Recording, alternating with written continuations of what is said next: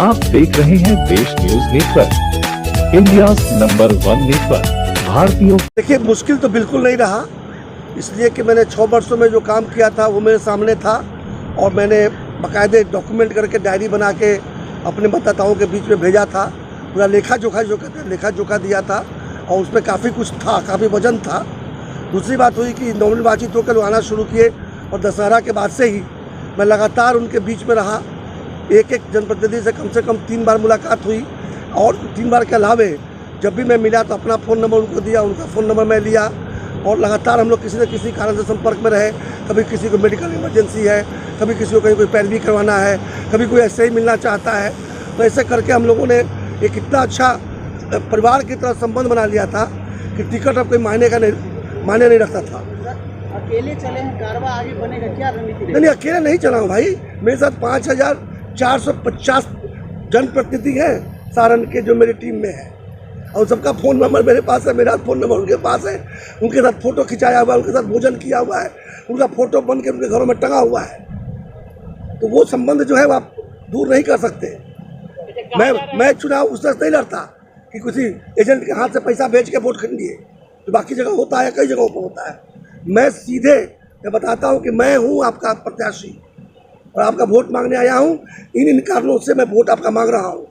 गलतियाँ भी जहाँ पे हुई है ना, नगर निगमों में मैं बताया है कि मैं पंचायत पर फोकस कर गया था, नगर पंचायत नगर निगम की समस्याओं पर मैं ध्यान नहीं किया। अगली बार मैं आप पर भी ध्यान दूंगा। देखिए, हम चूँकि ट्रेडिशनल राजनेता नहीं है इसलिए अभी तो झूठ बोलना नहीं सीखे। भाजपा ने नजरअंदाज किया है, क्या माना जा रहा है कि राजद के साथ मिलकर जाने के मुद्दे उठाएंगे? ऐसा आपने कैसे समझ लिया? ऐसे कयास लगाए जा रहे हैं कि भाजपा ने टिकट नहीं दिया, कयास लगाया जा रहा है कि राजद के साथ आप जा सकते हैं। ये कोई जरूरी नहीं कि मैं किसी पक्ष में हूँ, मैं निष्पक्ष भी तो रह सकता हूँ।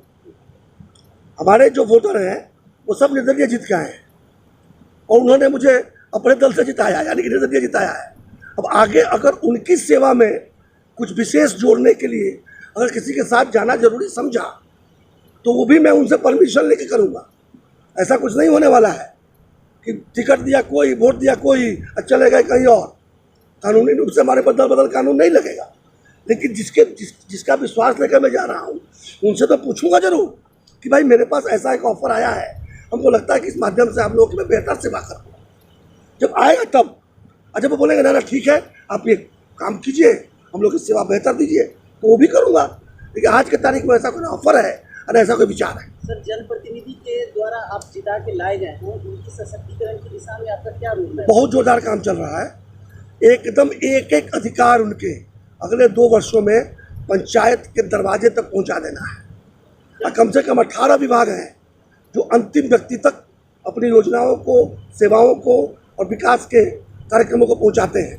उन सारे कार्यक्रमों को किसी भी दृष्टि से ये संभव नहीं है कि ब्लॉक में बैठे हुए लोग और जिला में बैठे हुए लोग उसका कार्यान्वयन, अनुश्रवण और संरक्षण कर सकें। ये पूरा कार्यान्वयन, अनुश्रवण और संरक्षण पंचायत प्रतिनिधियों के हाथ में जाना चाहिए, अर्थात गाँवों की सरकार होनी चाहिए। ये मैं संकल्पित हूँ, ये मेरा सपना भी है और मेरा विश्वास है कि एकमात्र यही माध्यम है, यही करके हम अंत्योदय के सपने को पूरा कर सकते हैं। और उस दिशा में मैं पहल भी किया हूँ, आंशिक सफलता भी मिली है। अब मुझे पूरा विश्वास है कि अगले 5 वर्षों में इसको धरातल पर उतार कर और चला कर देख लेंगे। अच्छा, जनप्रतिनिधि की सुरक्षा का मामला है, लगातार जिस पिछले चुनाव के दौरान भी बहुत सारे ऐसे घटनाएं घटे जो जनप्रतिनिधियों के साथ घटे, प्रत्याशियों के साथ भी घटा।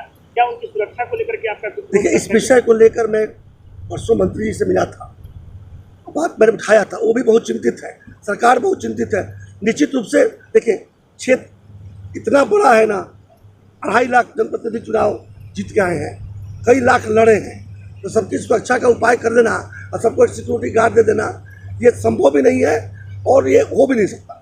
लेकिन माहौल बनाने का काम और कहीं कहीं खास जगहों पर सिक्योरिटी प्रोवाइड करने का काम, इस पर सरकार गंभीर है और मैं भी लगातार अपने मंत्री के संपर्क में हूँ। एक और सवाल है, जनप्रतिनिधियों का जो अधिकार की कटौती की जा रही है लगातार सरकार के द्वारा, उनको अधिकार से वंचित किया जा रहा है, उनका पावर ऑफ अटॉर्नी कम किया जा रहा है। क्या इसको लगता है इसको लेकर कुछ काम करने का? जैसे आपने कहा कि पंचायत सरकार का मैं निर्माण करूँगा, उसके तो कहीं ना कहीं जब अधिकार ही उनको नहीं मिलेगा तो कैसे आप?